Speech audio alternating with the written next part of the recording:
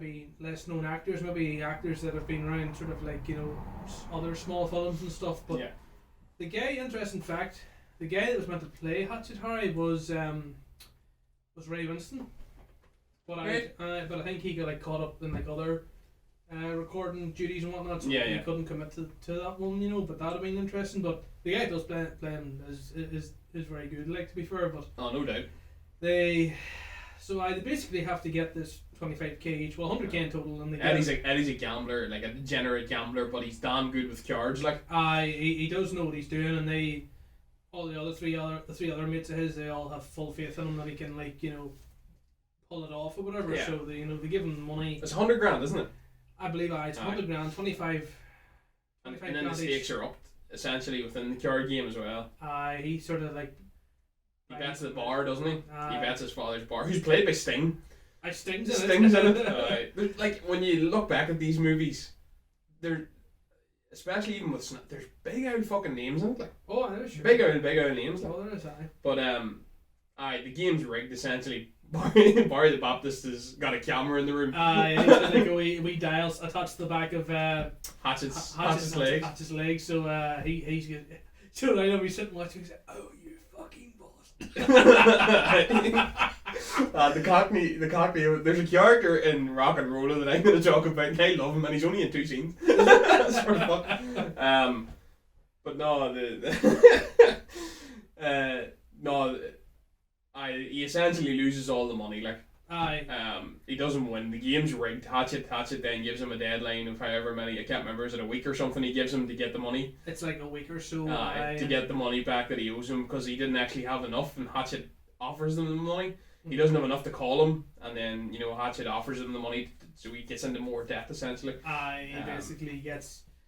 He basically gets shafted by Hatchet's rigging the game. But you know what I love as well? It's just the other boys are just like on down the street in the corner of a bar, like, and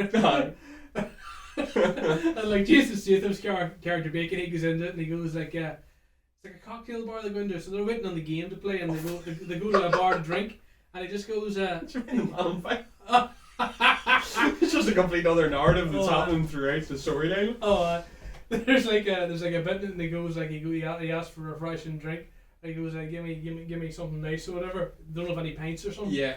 And the boy hands him like this, like pineapple cocktail with like, with like a wee umbrella.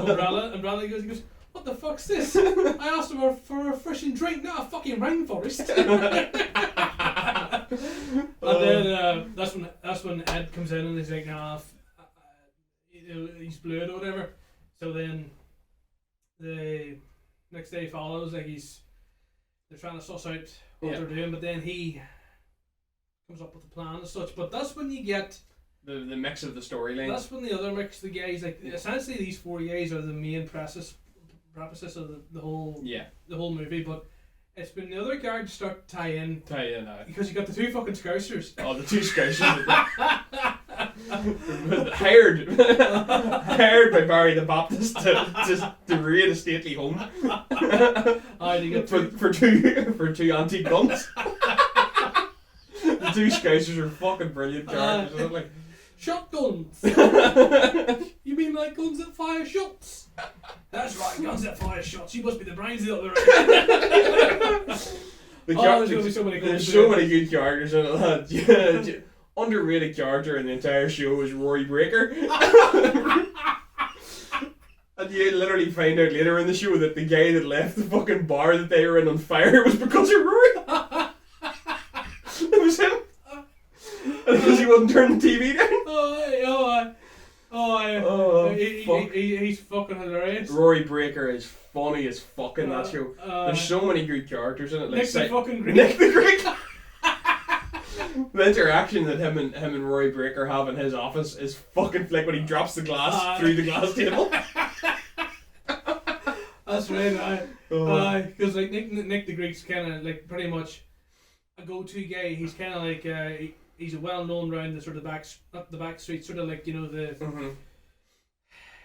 one of these guys. He's a criminal. He's kind of like a criminal Del boy. He just he just knows everybody and he knows how to get things and he gets it done or whatever. But at the end of the day, he's kind of like But whenever shit goes to it, he's just a big fucking coward. Like, but he's. Do you know what just popped into my head? The fact that like Harry runs a sex shop and like then Barry the Baptist or somebody beat somebody to death with like a 9-inch dildo.